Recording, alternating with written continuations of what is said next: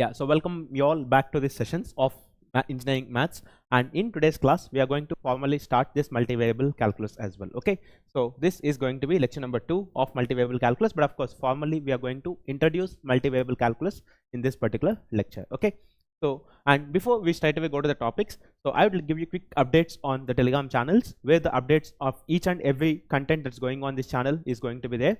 So I advise you basically to suggest this code and to stay in updated with the content that's flowing out. Okay, and also this is my personal Telegram channel which is maintained by me and my students at PW, so that you can just scan this and you can obviously if you want to get in touch with me or if you want certain information, you can just scan this and you can text there. Obviously either me or my students will be definitely at your help. Okay, and also I again advise you to install this U-Infinity app because it keeps a track of all your things at one place, all your polls, all your important points, doubt points. Like when you are typing the doubt, you can type exclamation doubt and exclamation notes when you are trying to make some important note points actually. So all this will present at one particular point, of course. Okay, so that's why this Unity platform is again a very good single stop place for all your doubts, queries, polls, each and everything. Okay, so let's have a quick review of what we had in the last lecture. So in the last lecture we were looking at the gamma functions and as well as the beta functions, and we have seen certain connection between them. Okay, so gamma functions and beta functions is what we have seen. So gamma function is generally defined as gamma of n equal to integral 0 to infinity e power minus x power n minus 1 dx when n being positive. Similarly, this beta of m comma n has different forms again.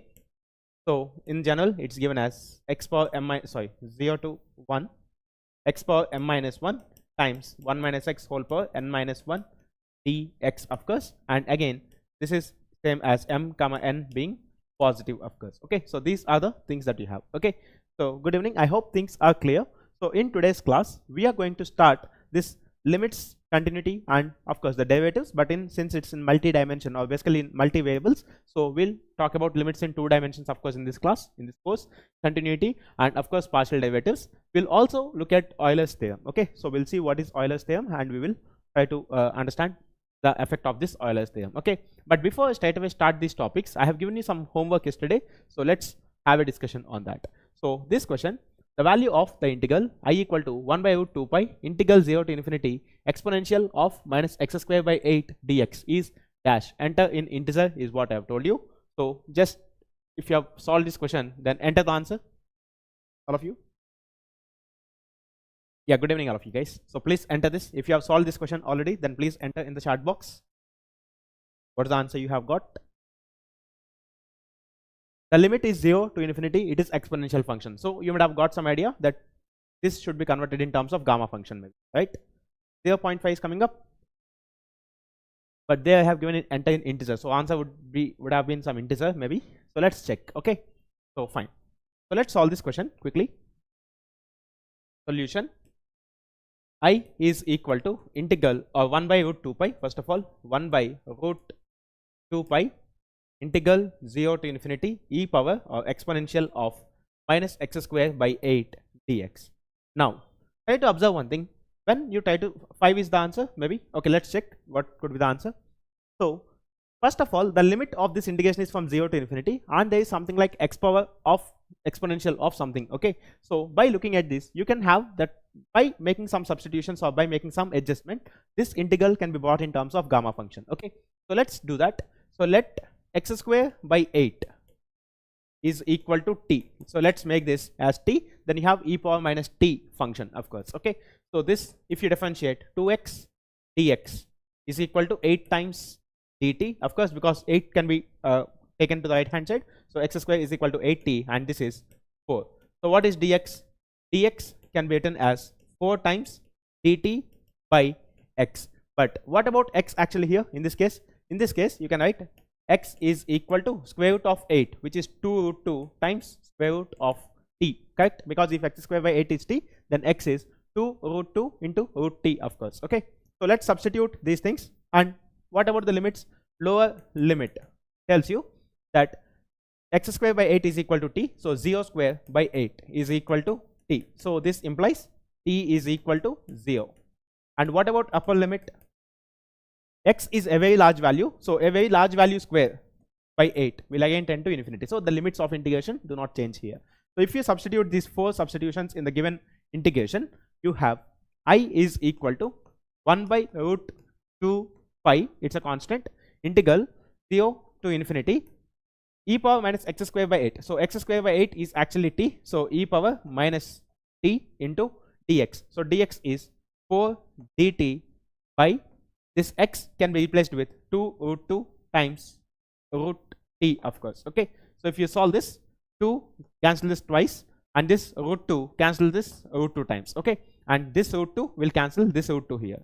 So we have 1 by square root of pi into integral 0 to infinity, because this 2 got cancelled, e power minus t times this 1 by root t, so which is t power minus half dt, of course. Okay, and in last class we were seeing, can someone tell me what is this? This function is actually nothing but gamma function. Okay, so gamma of 1 by 2, which is equal to square root of pi, of course. Okay, so gamma of 1 by 2 is equal to square root of pi, and then ultimately this limit, this integral and this root pi will cancel, so the answer is 1 actually. Okay, so this value is 1.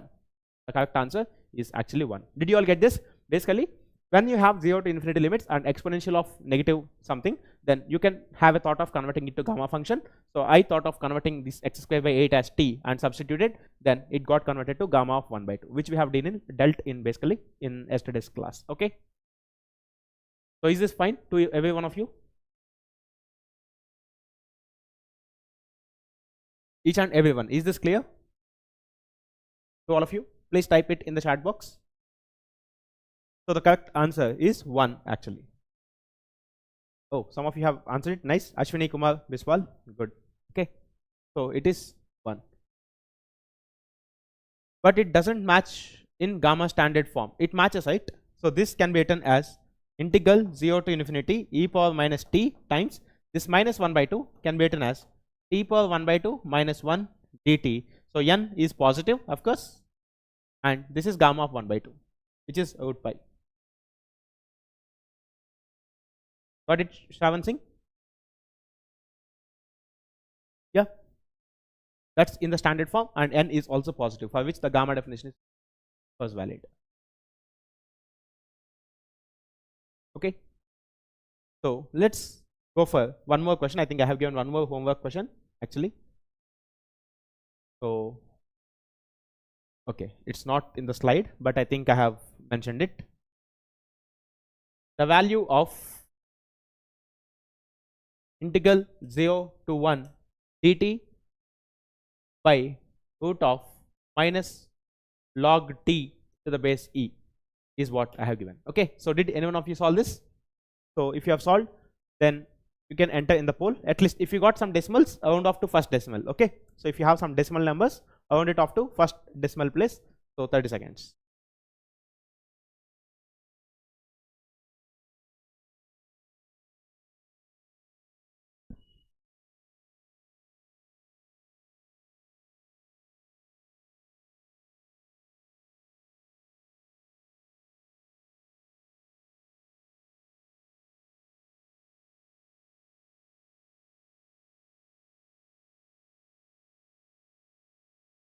Quick. So chalo, let's solve this question then. Solution.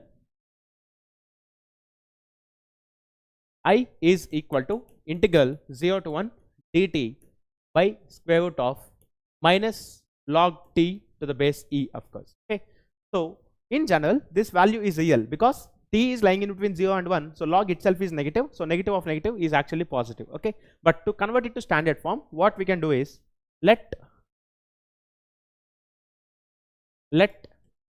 minus log t to the base e is equal to x. Okay, so let's make this substitution. So that minus log t, this inside square root what I have, I want to delete this negative symbol, so I'm making it as x. So this implies t is equal to e power minus x, correct? Because you can see this minus can go to the other side, so t is equal to this base will go as a base here, so e power minus x is what we have. So what about dt or dx or dt? dt is equal to minus e power minus x dx. Okay, so that's what we have. Then what about the lower limits? Lower limit is t is equal to e power minus lower limit of x is lower limit of t is 0. So x is equal to minus log t to the base e.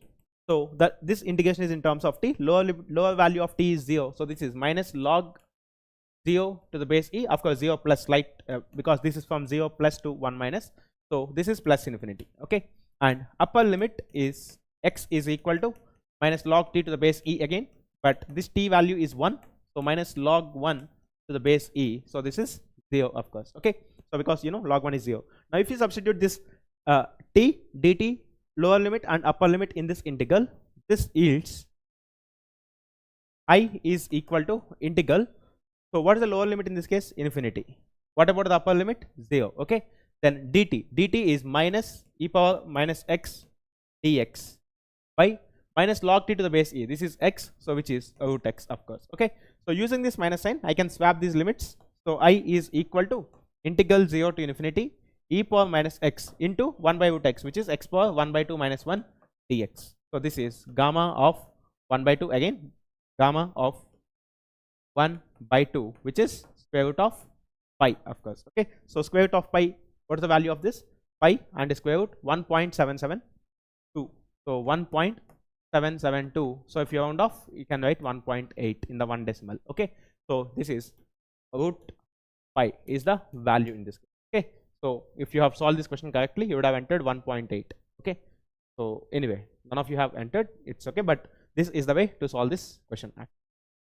So let's get back to the introduction of multivariable calculus. Okay, so before this I want to talk about introduction to multivariable calculus. Introduction to multivariable calculus.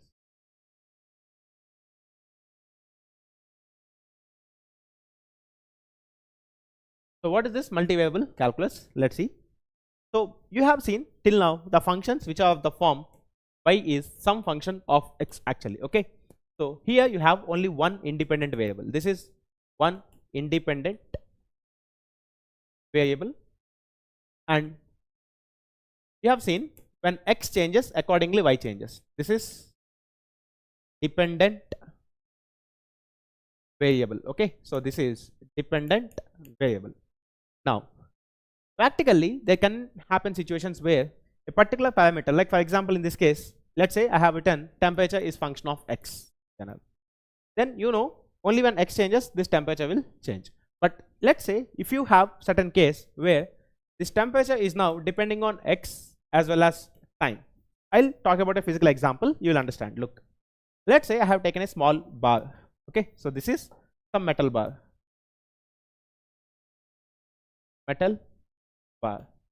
Now if you put a heater, you put a small heater here at this end, and let's say you are heating it. Okay, so you are heating it. Then initially this bar is completely at uniform temperature, which means the temperature at this point everywhere it is same, it's at room temperature. By the time you start heating this, let's say after some 15 seconds or 20 seconds when you start heating it, can I ask you one thing? If you take the temperature here and if you take the temperature here, just you have started heating and it's been almost some 15-20 seconds. After that 15-20 seconds, let's say if you take temperature at these 2 points, will it be same or will it be different? Please tell me. Let's say you are heating it here, then in such case between these 2 points will there be any temperature difference or not? Will the temperature be same or different actually? Please type it in the chat box. Will the temperature be same or will it be different? If I start heating it, let's say, okay, so it is different, correct? Anyone can understand that it is actually different temperature, because obviously you'll feel this end being more hot comparatively. Okay, yeah, good evening Kailash sir. Look, so this end is obviously hot. Okay, then I'll ask you one more question. At the same point, now you fix the point, you have checked this temperature at t equal to 15 seconds and also at t equal to 25 seconds, let's say. Okay, so at t equal to 15 seconds and also at t equal to 25 seconds. Then at these 2 time steps, will the temperature be same at this point or will it be again different? I'm asking first, you have compared the temperature between these two, you confirmed it's different. Okay, good. Then if you take at a particular location and if you watch it at two different time steps, then at these two time steps, will the temperature be same? It will be different, right? So which means you can understand one thing.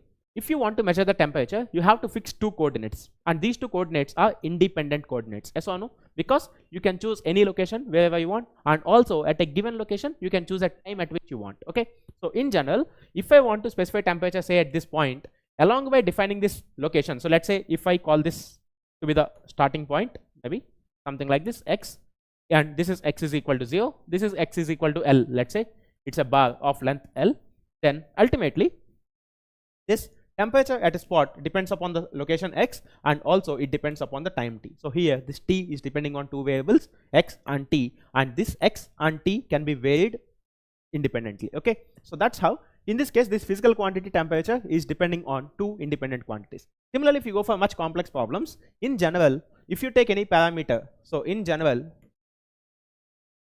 if you take any parameter y, this y can be function of n number of variables, x2, x3 and so on, xn. You can have n number of variables on which that depends actually. Okay, like for example, you see voltage depends on current and resistance. Okay, so similarly you have pressure depends on volume, temperature, mass. You can have a lot of things like this. Okay, so in general, a particular physical quantity can depend on many independent variables actually. So that's why now the main focus comes here. If you are changing all these things simultaneously, okay, so obviously when I'm heating it, the temperature keeps changing with respect to location and also with respect to time simultaneously. Okay, so in general, this p can change simultaneously with respect to these three variables, which means in general this y can change with respect to the changes in all xn. So when all these things are changing, what is the change in y? That's what we have to calculate, obviously, because that's important. You have to identify how properties change with respect to the variation in the dependent variables. Clear? So when you have to deal this, there comes a necessity for you to talk about a lot of functions involving multiple variables, of course, and also especially in calculation of areas and all, centroids. Many of you might have seen these formulas. X bar is equal to integral x dA by integral dA. Y bar is equal to, in your 11th class textbook, physics textbook, you might have seen this, but at that point you may not have understood what is this exactly, but you might have seen these expressions. Okay, so when you are trying to calculate physically the centroids, moment of inertia, okay, mass, moment of inertia, again area, moment of inertia, whatever, all these cases will involve multiple integrals. When you are trying to calculate some volume, that involves triple integral. So there is always a necessity to talk about functions involving multiple variables and also the differentiation and integration of such kind of functions. So we need multivariable calculus. Clear to all of you? Yes? Did you all get idea why we are dealing with multivariable calculus? Yes or no? Please type in the chat box. Every one of you.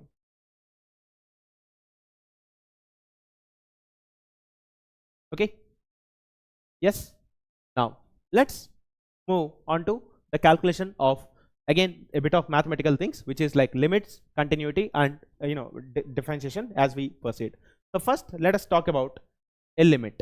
So before talking a limit, neighborhood of a point in two variables. Of a point in 2D. In 2D. So normally what we do is, we will plot the xy plane actually. So let's say this is xy plane, where you have x-axis or maybe y-axis. Let's say this be y-axis, then this is x-axis and this is z-axis. Okay, so this is z-axis, let's say. So this is z-axis. So x, y and z. So this xy plane is a horizontal plane and z plane is, I didn't study in 11th class properly, it's okay, no issue, you can study now. So this is xy plane, which is basically the horizontal plane, and z is the plane which is perpendicular. So let's say this is my x-axis and this is my y-axis, z is perpendicular to this. Okay, now you can roam anywhere on this plane. So let's say here you have a particular set of x comma y values, here you have particular xy value. Now depending on this xy value, you can plot z value, okay, which is away from this plane. So eventually, in general, if you plot z is equal to things like x square plus y square, these kind of things, you will generate surfaces. There you have seen lines, okay, lines and closed curves. Here in general, you will see, you will generate some surfaces actually. So maybe some surface like this, okay? So which you generate for different values of x comma y. So let's see how do we talk about neighborhood in a plane. So let's say if you take a point x comma y, so what would be the neighbors of this point? In single variable calculus, you have seen you have only x axis in one dimension, and if this is x is equal to a plus delta, a minus delta, and all values of x lying in between these intervals are close to this a, and that's called neighborhood. But when you come to 2D, the neighborhood of a point, the neighborhood of a point h comma k in xy plane, it's not along x axis now, okay, in xy plane is given by now let's see, in case of single variable, if this is a, you have only two directions in which there are points very close to this. But let's say if I plot this point on a xy plane, then how many directions? Basically, if you want to check, here you have only one direction, but here if you want to identify points which are very close to it, then in how many directions you have to go? Can someone tell me? If you want to identify its neighbors, then how many directions you have to go from this point? In this case, it has only two directions, okay? Either you go this way or you go this way. But here at this point, how many directions you have? Please type in the chat box. How many directions do you have when you're trying to go for the neighbors of that point?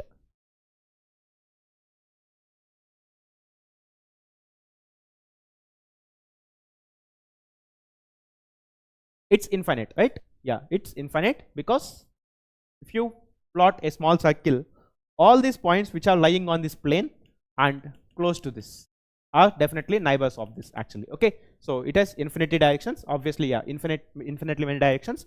So in all these directions you have this circle, of course, okay? And if you see, if you call this radius to be delta, it can be written as is given by x minus h whole square plus y minus k whole square is less than some small radius which is delta. So this is delta square. So if x comma y satisfy this inequality, then definitely the point x comma y lies inside this circle, and then that x comma y point is very close to the h comma k, of course, okay? So this is normally, if you have an equal to sign, it's a circle equation, but the distance between the point and h comma k should be less than this. So where delta is a small elemental radius, delta is a small elemental radius, what you have here, okay? So delta is a small elemental radius is what you get. Clear to all of you? Is this okay to each and everyone? Did you all get? And number of points which fall inside this circle is infinity, obviously, and here also you have infinitely many points, of course, but here you have only two directions possible, but here in this case you have infinite number of directions in which you can, okay, to get a neighbor. Is this clear till this point? Did you all understand the neighborhood of a point in 2D? Yes or no? Please type it in the chat box.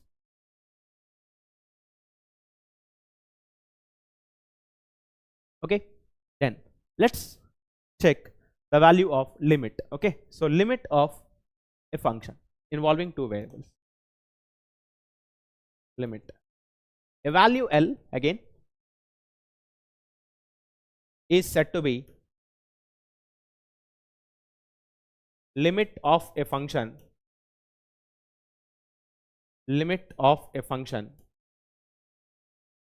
f of x comma y if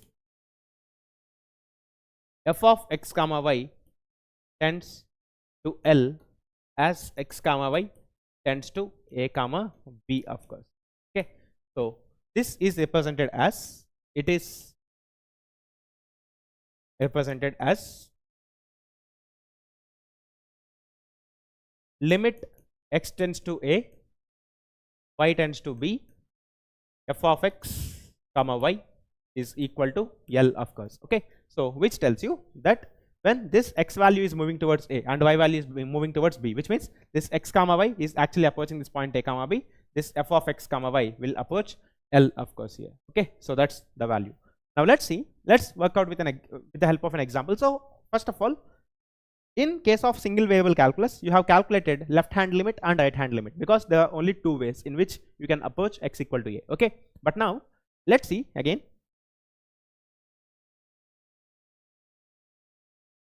Or else let's okay, fine. So let's see if you take a plane xy. Okay, so in the top view, if you are watching,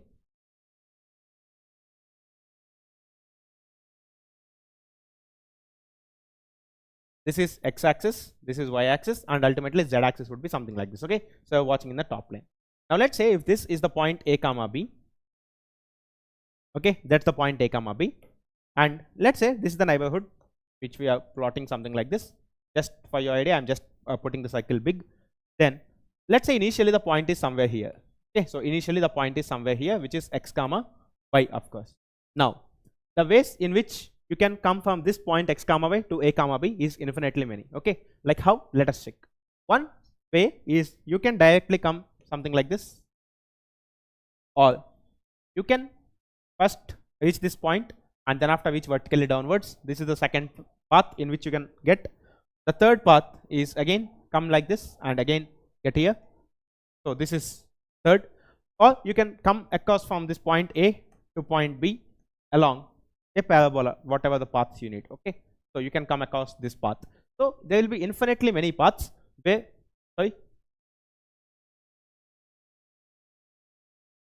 yeah, this batch will definitely help you a lot. Okay, so that's what.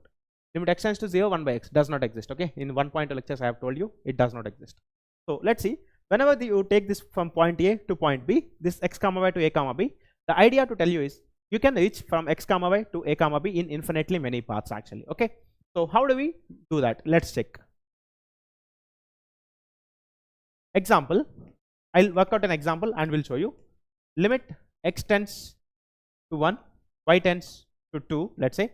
Limit x tends to 1, y tends to 2, 2x square y by say x square plus y square plus 1, let's say. Okay, so if you have this point, let's see, x square plus y square plus 1, of course. Then what I can do is, if I want to calculate this limit, let me tell you with the help of an example. Let's take this point to be 2 comma 1. So there is this point 2 comma 1. Okay, no, 1 comma 2, sorry. This is 1 comma 2. Now let's say you are somewhere in the neighborhood, maybe somewhere here. Okay, then if you want to come from this point A to point B, let's call this points A and B, of course, point A to point B. Now when this is your system, you have this line and this line. When you have this, ultimately you know this horizontal line is nothing but x is equal to 1 and vertical line is y is equal to 2, because this cuts it at y equal to 2 and this cuts at x equal to 1, of course. Okay, so it's 1 comma 2. Now the possible ways what you have is, first path I'm writing, from this point B you can reach to this point and then you can reach down. This is one way in which you can get the equation. Okay, so let's go along this path. Okay, so first you are coming from y equal to 2, y to 2, so we can write it as limit y tends to 2, x tends to 1, 2x square y by x square plus y square plus 1 is what we get. Okay, so first, since you are coming from point B to the line y equal to 2, let's substitute y equal to 2 in this limit. Okay, then you have limit x tends to 1. So when you put y equal to 2, it is like 2x square into 2, which is 4x square by 4x square by, when you put y equal to 2 again here, it is 4 plus 1, 5 plus y, 5 plus x square, of course. Okay, so you have 5 plus x square, and then ultimately once you come to this point, you can travel from this point to a, of course. So x is tending to 1, so 4 times of 1 square by 5 times of 5 plus 1 square, so which is 4 by 6, which is 2/3 actually here. This value of limit in this particular path is 2/3. Got it?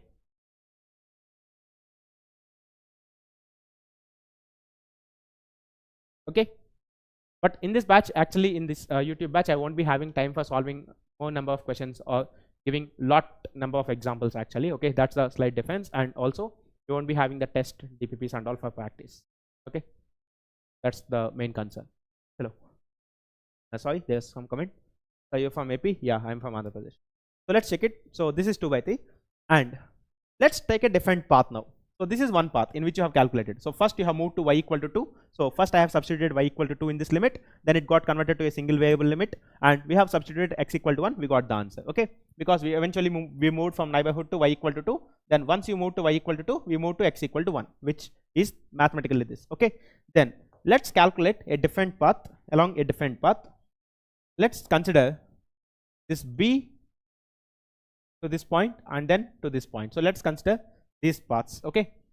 So let's consider this path. So when you consider this path, we have first, rather than going to y equal to 2 in the previous path, now the first thing that you are doing is you are going till x equal to 1, okay? So this can be written as limit x tends to 1, y tends to 2, 2x square y by x square plus y square plus 1 actually, okay? So the first move that you are doing in this path is you are coming from this point in the neighborhood to x equal to 1. So let's place x equal to 1 in this. So limit y tends to 2, then you can check like y, if you put y equal to 2, it's no, put x equal to 1 first because we are dropping down. 2 into 1 square times y by 1 square plus y square plus 1. So which is limit y tends to 2, 2y by 1 plus 1, 2 plus y square. Then you can keep y tends to 2 because once you get to this point, then after you are moving in the left to get y equal to 2, of course. So if you put y is equal to 2, you have 2 into 2 by 2 plus 2 square, which is 2 by 3 in this case, okay? So 2 by 3 is what you would get. So basically in both the paths, you are actually getting 2 by 3 as the answer, okay? And in fact, you can check many paths. The reason is if this point is 1 comma 2, and if this point is b, just I am enlarging, okay? Then apart from checking in this path, because these are the easy paths to check, so we generally check along these two different paths, okay? So this is one path and this is another path. As I told you, you can have infinitely many paths connecting these two. Maybe a straight line, maybe a quadratic curve, maybe a cubic curve or a log curve you can fit. You can do a lot of things actually, okay?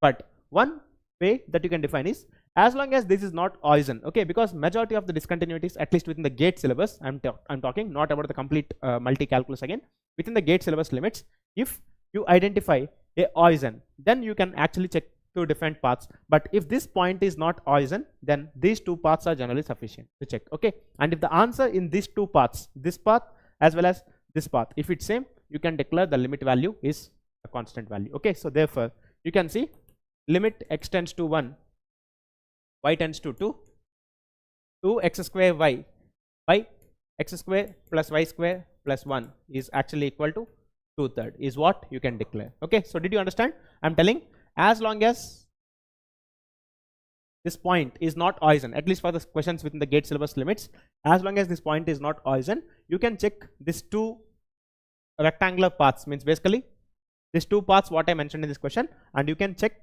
whether the answer in both the cases is same. If both the paths are giving you the same answer, you can declare that's the answer of that particular limit actually, okay? Is this clear to all of you? Did you all understand geometrically drawing these paths and parallelly substituting these limits? Did you all get the idea how I'm doing it? Yes or no? Please type in the chat box. Sharon, Panjal, Ram Gaming, Shravan, RoyTube, whoever is on live. Okay, fine. So let's see, let's work out one more example. What is the case when you have origin? Let's check that. If you have origin, let's calculate second limit, one more limit, you'll get the idea. Limit x tends to 0, y tends to 0, x square minus y square by x square plus y square actually, okay? So let's say this is a function again, and when point is approaching origin, what would be the value of the function actually? So let's check. So again you take this xy plane, xy plane, and z is perpendicularly outside, of course. So when you take this origin, x, y and z is outside. So when you go to origin, you have a circle having its center at origin. Let's slightly offset it to have advantage of geometry. Fine. So let's see, if your point is somewhere here, okay, this is the neighborhood point x comma y. and obviously the neighborhood at origin is this circle. So first you can have again many paths. The first one path what I am considering is you reach y equal to 0 and then you go to x equal to 0. This is one path. Okay, so here first you are reaching y equal to 0. So let's see if this is path 1, let's say. So along path 1 what you have is first you are reaching y is equal to 0, then you will be landing on x axis. So if you put y equal to 0 in this becomes x tends to 0 x square by x square. So x is not exactly 0, it is just tending, so I can cancel this and the answer is 1 in this. Okay, now if you consider a different path, let's see, if you consider this path where you first land on to y axis and then come to x axis, of course. Okay, so you land on first to y axis and then come to x axis. So let's say this is path 2, of course. Okay, so along path 2, let's see, along path 2 first you are approaching x is equal to 0, so you are going to y axis.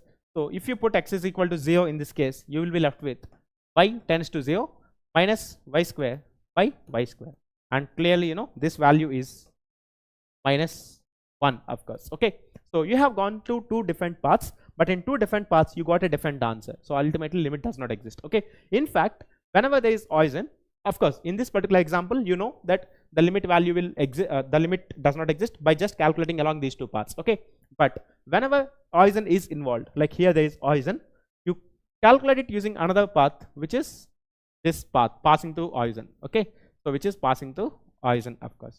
So let's see, along path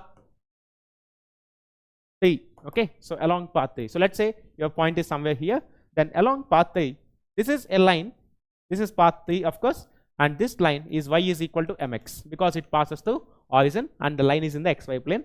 So we can write it as limit y tends to mx, limit x tends to 0,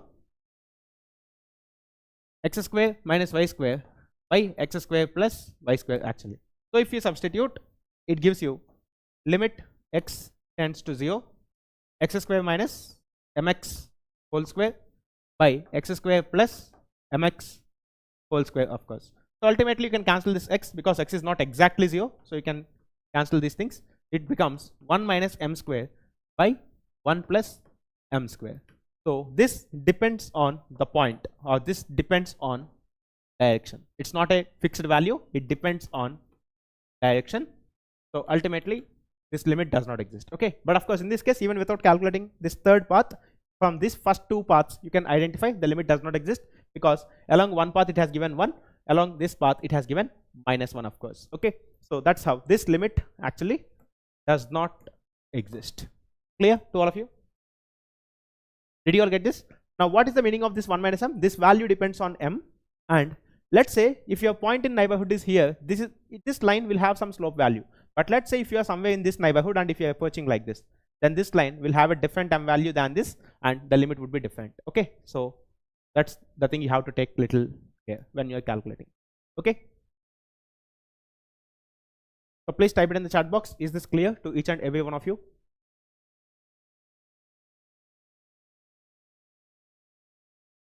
Yes or no? Please type it in the chat box. Yes. Okay, now let me okay, it's clear, right? There's no issue. Then let's solve one more example to make understanding clear. The value of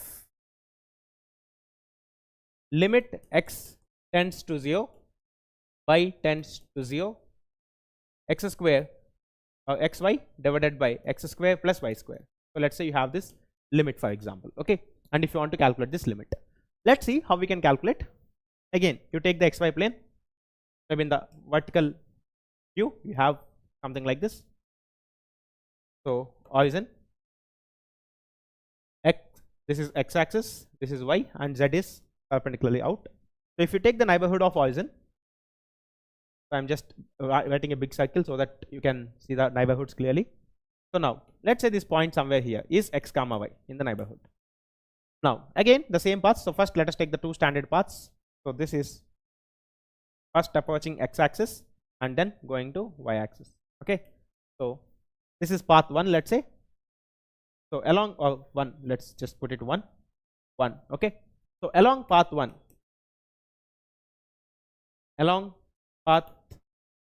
along path 1, limit x tends to 0, y tends to 0, xy by x square plus y square. So this is equal to, now if you are reaching from this point o x comma y onto this x-axis, firstly you are making this y coordinate value to be 0. Okay, so first if you replace y equal to 0 in this, we have limit x tends to 0, x times 0 by x square plus 0 square, and this answer is 0, of course. Okay, because x is not exactly 0, numerator is perfectly 0, denominator is some value which is very small value, but still it has some value, so this answer is going to be 0, of course. Okay, it is x into 0, 0.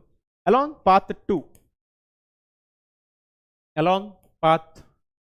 so if you calculate along path 2, let's see how we can calculate. Of course, first we go to y-axis, means making x coordinate to be 0, and then approaching origin. Okay, so this is second path, of course.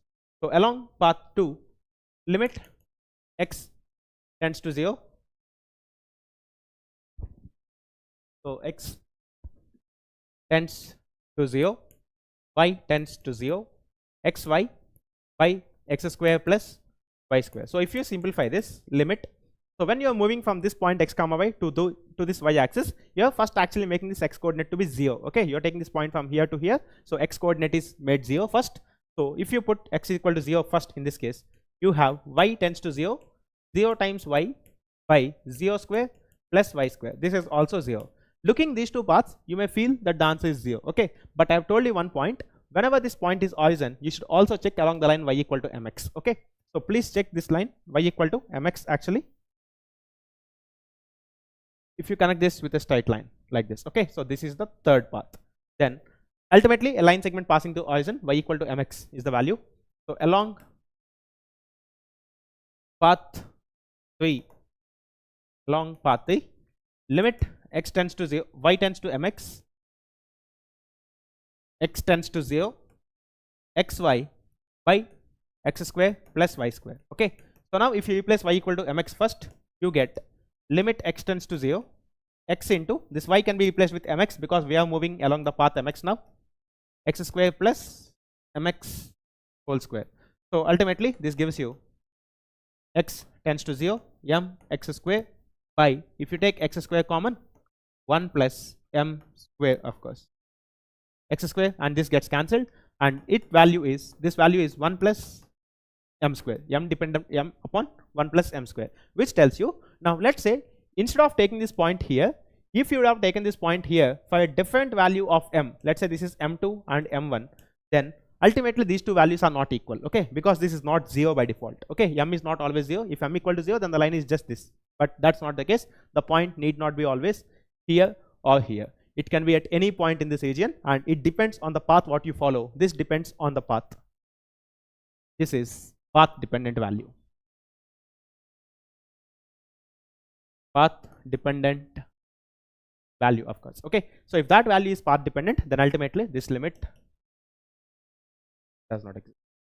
Okay, so that's how whenever you have origin, along with checking the two standard paths, you also check this path of y equal to mx, where you have a diagonal directly connecting to origin. Okay, and if this point is not origin, then just the two standard paths could be good enough calculating the limits. Okay,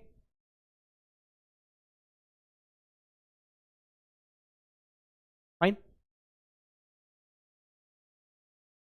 Is this clear? The concept of two-dimensional limits is okay to each and every one of you? Fine. So let's solve a question. Oh, I think this is the question which I have recently solved. This is the same function. Okay, that's why I should not solve many questions. Okay, things get matched. Okay, I thought of actually making this question, making you to solve this question, but yeah, of course it's D. Just now we have solved, so it is path dependent. Path dependent. Just now we have solved, right? Fine, no issue. We'll have some other questions as well. Okay, so let's see. Once this is the limit, let's talk about continuity. Okay, so continuity of a function.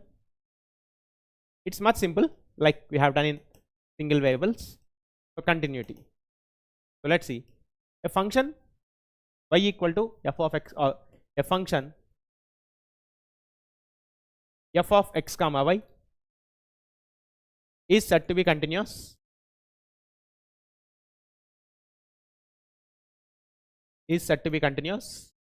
at x comma y is equal to a comma b if the same story again, the limit value on the surface y tends to b f of x comma y is equal to f of a comma b, of course. Okay, so f of a comma b in this. So clearly, like you see, for example, the first example we have taken, and now you know how to calculate the limit values, and you know how to calculate the function values. Okay, function value calculation is very easy. So let's say if you have the function f of x comma y is equal to x square plus 2xy plus y square minus 8x, let's say. Okay, then if I ask you to calculate f of 1 comma 2, its exact value, of course. Okay, so this tells you that x is exactly equal to 1 and y is exactly equal to 2. So if you replace 2 square plus 2 into 1 into 2 plus 2 square minus 8 times of 1, of course.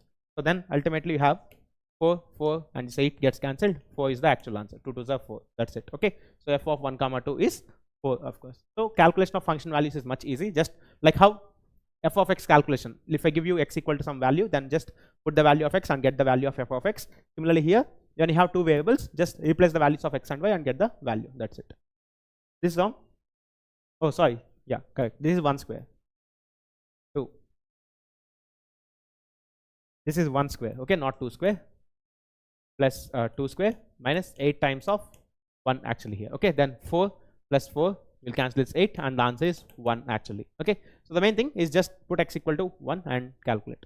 Yeah, x equal to 1, of course. Okay, so now you have seen how to calculate the limit, and you also know how to calculate the function value. So basically you can check whether a function can be continuous or not. Okay, like example, I'd like to give one example maybe.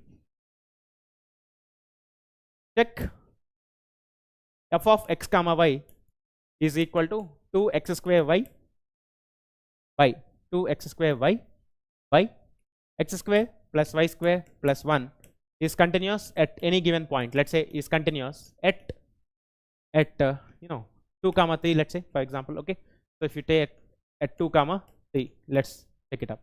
So if you check it, or it's 1 comma 2, let's do, because we already have the limit value. So at 1 comma 2. So let's see. First of all, if you calculate these values, considering limit x tends to 1, y tends to 2, 2x square y by x square plus y square plus 1. So this value is equal to, just now we have calculated, the answer is 2 by 3. Okay, we have just done the calculation. So if you do this f of 1 by 2, let's check it up. So if you do f of 1 by 2, so 2 times 1 square into 2 directly by 1 square plus 2 square plus 1, so which is also 4 by 6, which is 2 by 3, of course. Okay, so since these two are equal, this implies f of x comma y is continuous at x comma y is equal to 1 comma 2, of course. Okay, so the major thing, if you want to calculate the limit, is if you want to check the continuity, is calculation of these limits. And just now we have seen the techniques to calculate two variable limits, and of course calculation of function values is very easy, like this and like this. So if both are equal, we declare the value is the function is continuous. Okay, if this limit does not exist, then ultimately function cannot be continuous. Okay, because limit value should be equal to function. So if function value is given but limit does not exist, then ultimately they cannot be equal. Okay, yes or no? So please type it in the chat box.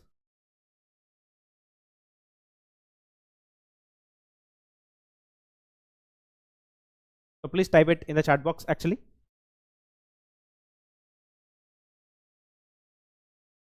Okay, then so let's do one more thing, partial derivatives, which many of you are familiar with calculating, but I give some idea. Partial derivatives.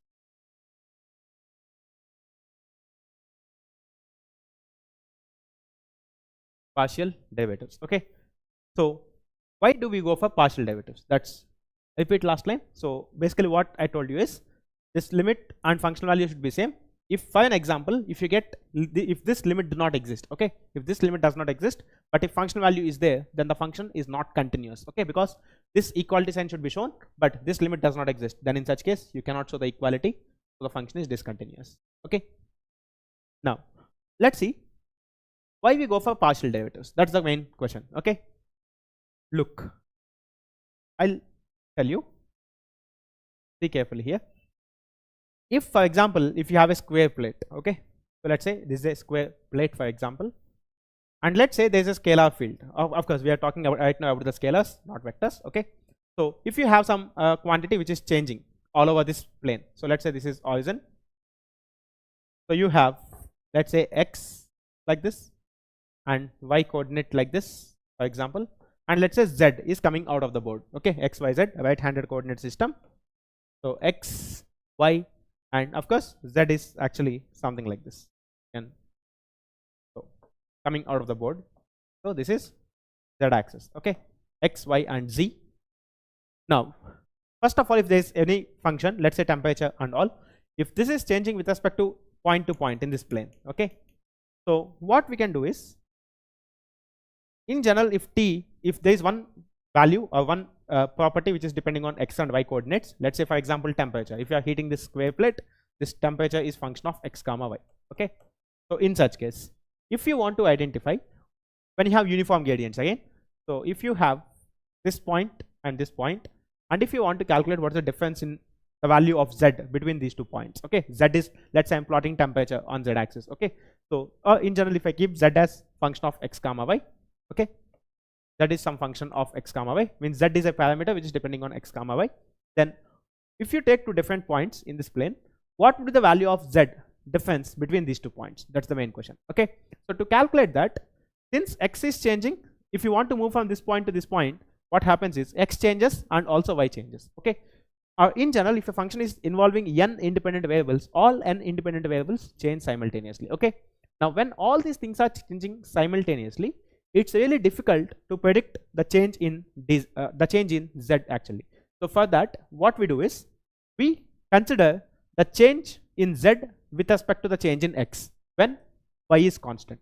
We'll calculate the change, and we'll calculate the change in z because of change in y when x is constant. Okay, so this gives you the change in z with respect to x when y is constant.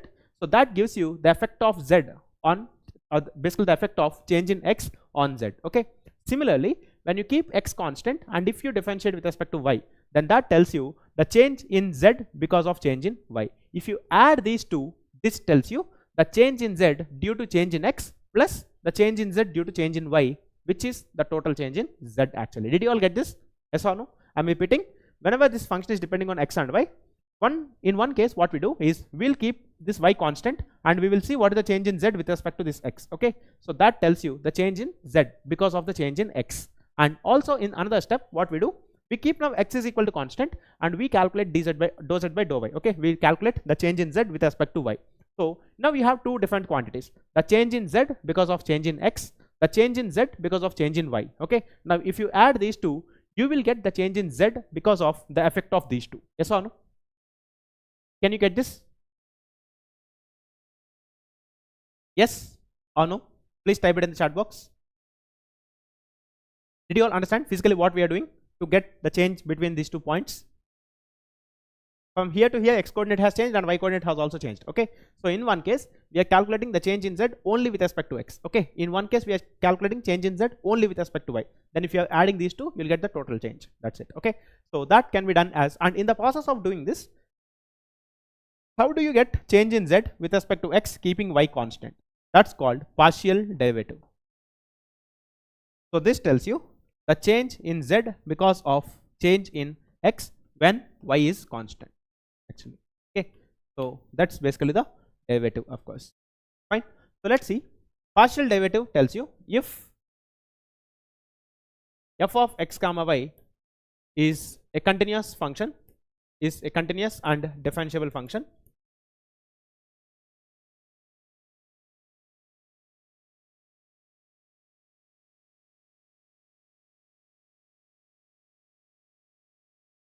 the partial derivative of f, the partial derivative of f with respect to x, with respect to x is with respect to x is defined as p is equal to dou f by dou x. It is denoted with p in general, and the derivative with respect to x partially tells you that y is constant is equal to treating y as constant, of course. Okay, y is constant, so this tells you limit h tends to 0 f of x plus h comma y minus f of x comma y divided by h actually. Okay, so what we are doing, you are moving in this distance by a small amount h such that your y coordinate do not change. Okay, so such that y coordinate do not change, and you are identifying what is the change in z because of moving this small distance. Okay, so if this is h, then because of moving that small distance h, what would be the difference in the function is taken by this partial limit. Okay, similarly the partial derivative with respect to y, the partial derivative with respect to y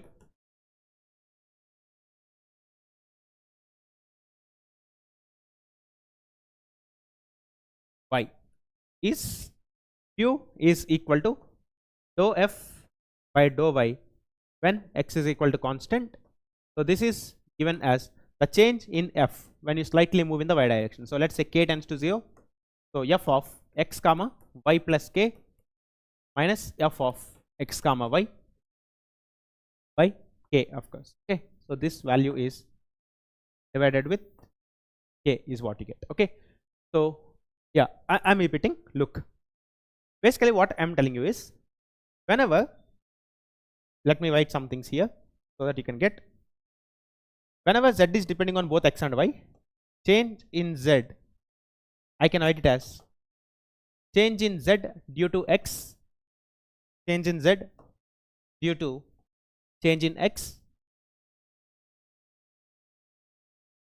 plus change in z due to change in y, of course. Okay, so due to change in y, that's what you have. Okay, that's what I've told.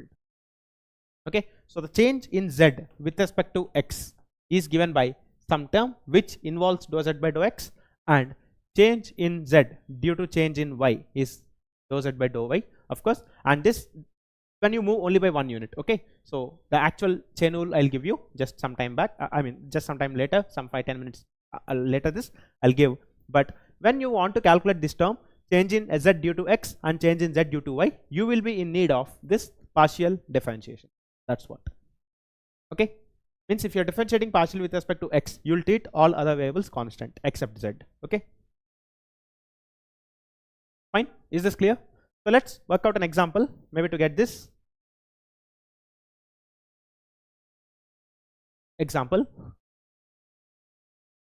for z is equal to, say x square y plus x cube y square minus x y cube. So something like this. Let's say you take the function like this. Okay, so if you want to calculate partial derivative with respect to x, this implies p, which is dou z by dou x, treating y as constant. Okay, so when you treat y as constant, so, and if you're differentiating with respect to x, so let's see, this is standard formula for differentiation. That's not a formula, that's an idea. We'll see the formula later. Okay, just 5 minutes. Okay, we'll see. So p is dou z by dou x, treating y as constant. Okay, so if you take y as constant, the first term, first of all, dou by dou x of x square y plus x cube y square minus x y cube. So ultimately, you can split the differentiation at all plus minuses. So dou by dou x of x square y plus dou by dou x of x cube y square minus dou by dou x of xy cube. Okay, so let's say you have this. Then if you differentiate these terms individually, what happens? Like you have seen the single variable differentiation like many times. Similarly, if you take y as constant, so y can be taken out of this differentiation. Derivative of x square with respect to x is 2x. plus. Similarly here, when you take y as constant, then y square is a constant. You can take that out of the differentiation. Derivative of x cube is the x square. Similarly here, if you take y cube out of differentiation, derivative of x with respect to x is 1. So this function is 2xy plus 3x square y square minus y cube. So that's basically the calculation of partial derivative with respect to x actually here. Okay. So similarly, if you do q, similarly q is equal to dou z by dou y, treating x as constant. So this guy tells you dou by dou y of x square y plus x cube y square minus xy cube. So here I am writing a bit directly. You can check x square plus 2x cube y minus 3xy square. That's it. This would be the final answer actually. Okay. Now depending on point to point, so let's say if I want this value of q at the point 1 comma 1, then ultimately you put x equal to 1 and y equal to 1, you will get the answer. You will get the rate of change of z with respect to y at a particular point. Okay. So let's solve one example I'll give you with this understanding. So solve this question actually. The partial derivative of the function f of xyz is equal to 1 minus x cos y plus xz into e power minus 1 by 1 plus y square with respect to x. So partial derivative of this function with respect to x means treat y and z as constants and then you keep this point. So let's calculate this value.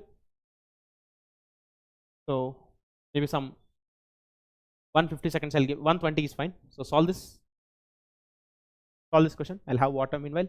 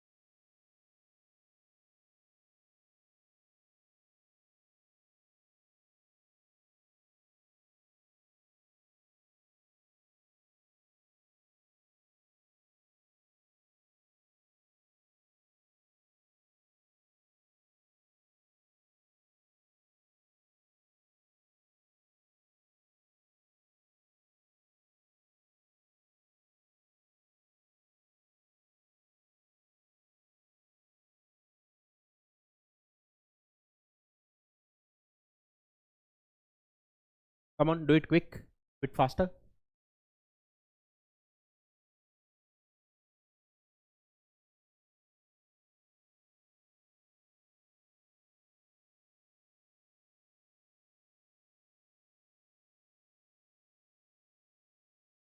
Okay, so have you entered the answers? Let's check.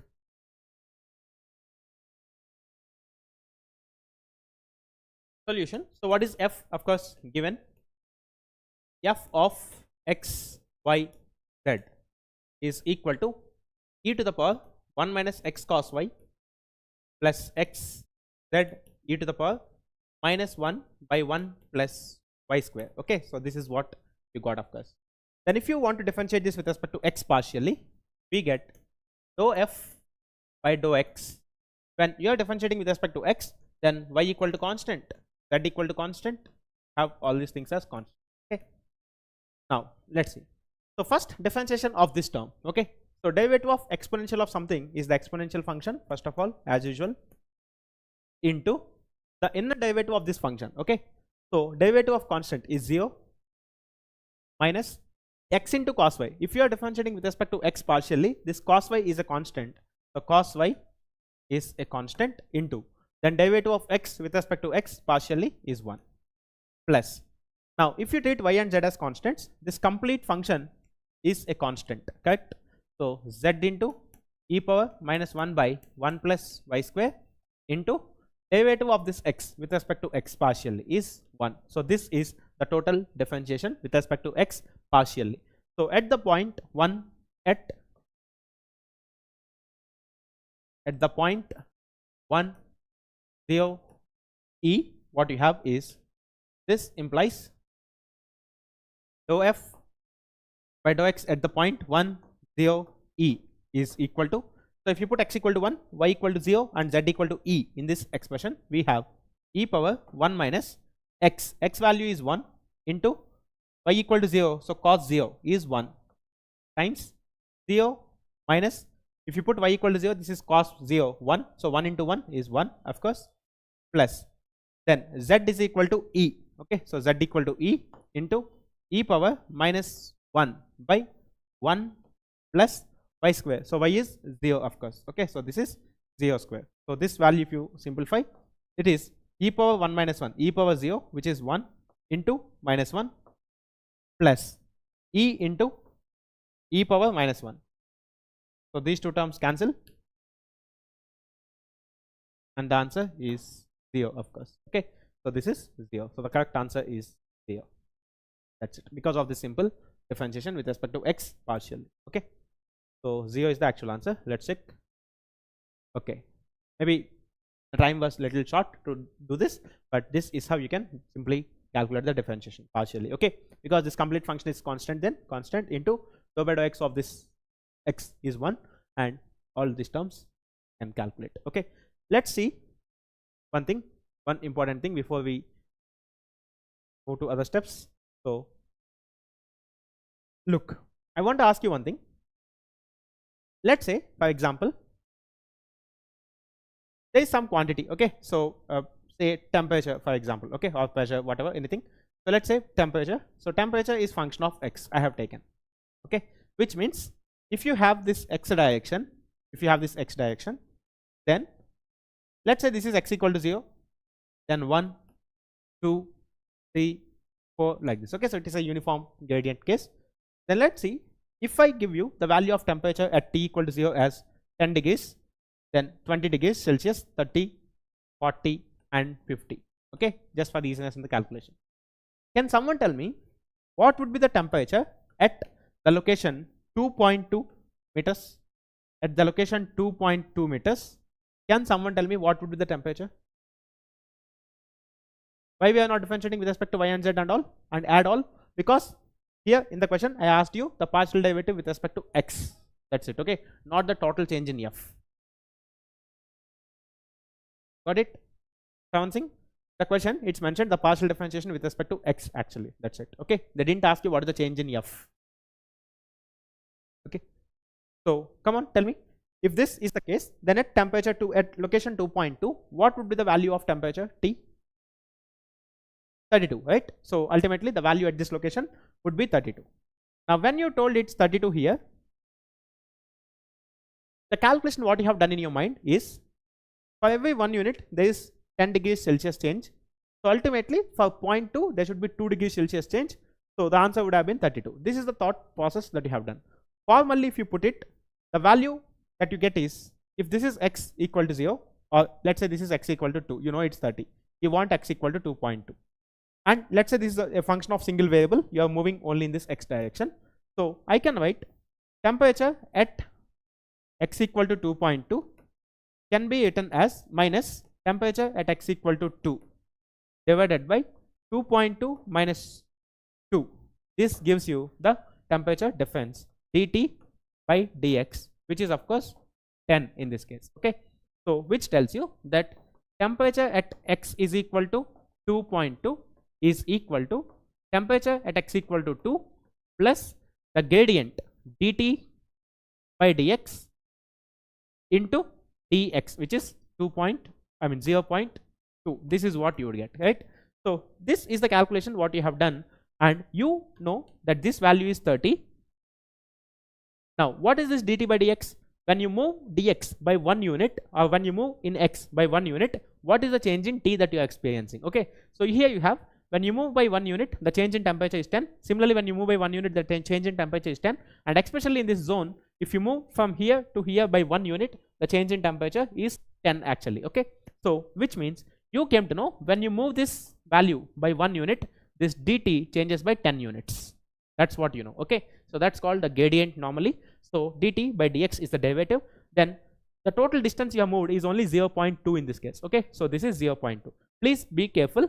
This dt by dx is the change in t when you move x by 1 unit. Okay, but it's not always mandatory you move exactly by 1 unit. You moved only 0.2 here. Okay, so this value has given you 32. Of course, this calculation is the background behind you telling this 32 actually. Okay, so it's always important if you want to spot change between two values, this gradient has to be multiplied with this difference in the position actually. Okay, so this is one very important point.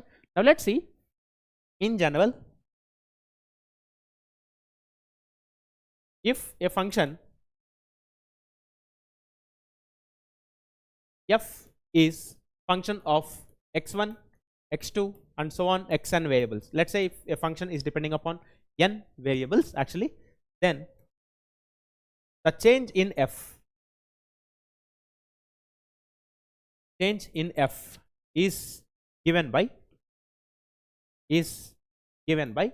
now let's see here, since it's a single variable function, you have written dt by dx directly. Okay, so in general this df can be written as df is equal to change in f because of change in x1 will give you dou f by dou x1 into dx1, correct? Because if you see this expression, I would have written as this same expression, I would have written as something like this: t at x equal to 2.2 minus t at x equal to 2. The difference in temperature between these two spots is equal to dt by dx into the actual distance which you have moved, which is 0.2, you have multiplied. Okay, so this is actually delta x, let's say, for example, in this case. So dt by dx is the change in 1 unit multiplied with how much you have moved, of course. Okay, so which tells you dou f by dou x1 into dx1, which is like this. Dou f, of course, here it's single variable, so I have written exact derivative, but if this involves multiple variables, I would have written partial derivatives. Okay, so this quantity, like you can see, gradient multiplied with dx. So this gradient multiplied with dx gives you the change in this f due to change in x1. Similarly, the change in f because of change in f2 because of change in x2 is given by dou f by dou x2 multiplied with dx2. Similarly, dou f by dou x3 multiplied with dx3, and this goes on till dou f by dou xn times dxn actually here. Okay, when the function is depending on multiple variables, and this can also be written as for f depending on x1, x2 and so on xn. Of course, every partial derivative exists. Then this implies df is equal to summation I equal to 1 to n the gradient dou f by dou xi multiplied with dxi actually here. Okay, so this is the total change in the function. Clear to all of you? Yes or no? Did you all understand this? This expansion is basically this summation, and this is called as chain rule of differentiation. Chain rule of differentiation. Okay, so this is called as chain rule of differentiation actually. Got it? Yes or no?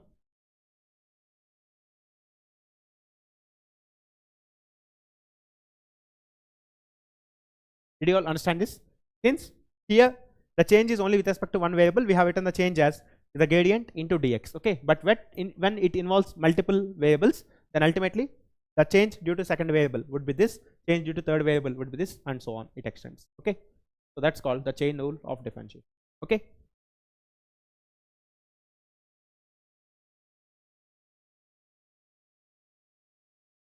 fine. So this is actually an important thing. We use this at many locations. Fine.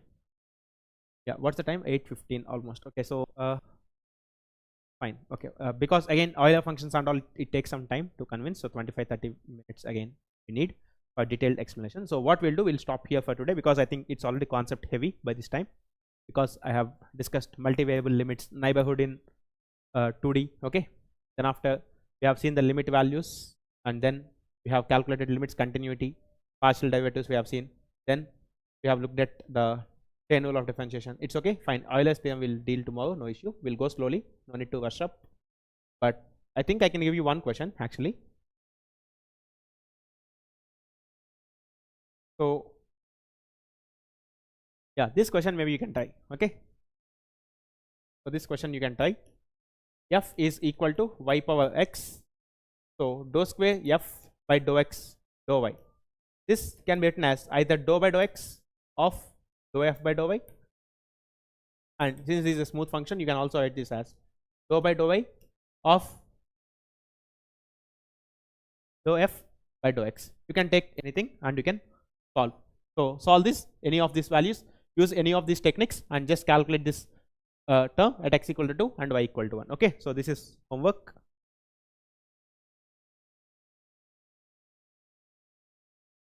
So please solve this question. Okay, you're from SRK college, even I am from the same. The sum of entities of row or column equal to constant, then can we say it's an eigenvalue of the matrix? Yeah, we can say, of course. Then we say that it's an eigenvalue. Okay, too. But what if we have the sum of all rows or column having the magnitude constant but different sign? You cannot say then. Okay, then you cannot say. Definitely the sum equal to sum is constant, which means it should have same sign for all the rows actually, of course.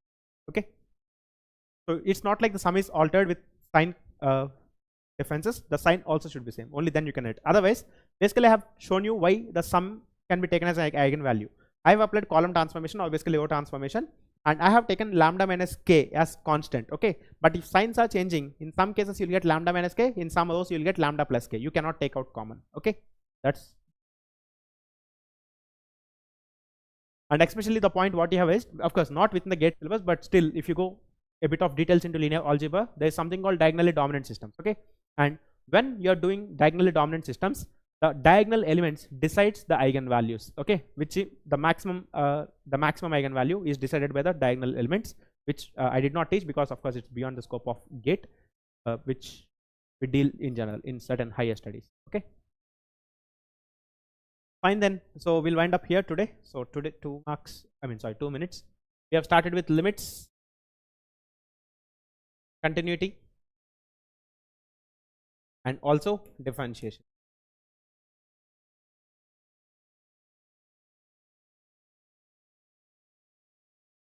So partial. Okay, so partial differentiation is what we have looked at. So partial differentiation, what we have seen. Fine. So again we'll continue the things tomorrow. So in tomorrow's class we'll look at Euler's theorem, Taylor series, and also if possible we'll also introduce the concept of maxima and minima. Okay, I'm not sure, but if time permits we'll do, but we'll go slowly. No, we have time. So 7 PM is again tomorrow. We'll meet and we'll have the further discussion. Okay, so we'll end up the class here for today, because again why to rush up, not required. Okay, so just give me a small introduction to diagonally dominating systems or a book. Basically the principal diagonal element, let's say if you take a row, okay, then if you take a row, the diagonal element in that row, okay, if you take the modulus of that value is definitely greater than or equal to sum of all the elements. Okay, that's called a diagonally dominant system. You can use for studying diagonally dominant systems, you can use Matrix Algebra by Golub. Okay, this is one nice book by linear algebra. Matrix Computations, I guess. Computations by, this is one nice book again on linear algebra, which is very beautifully written. He's a professor at I think Pennsylvania University. I'm not sure about the university, but this is the guy. Yeah. Okay, so thank you all. We'll meet on tomorrow at again 7 PM and we talk about Euler's theorem, lot of. Okay, Ramas are said about you. Thank you. Okay, fine then, take care. We'll meet tomorrow.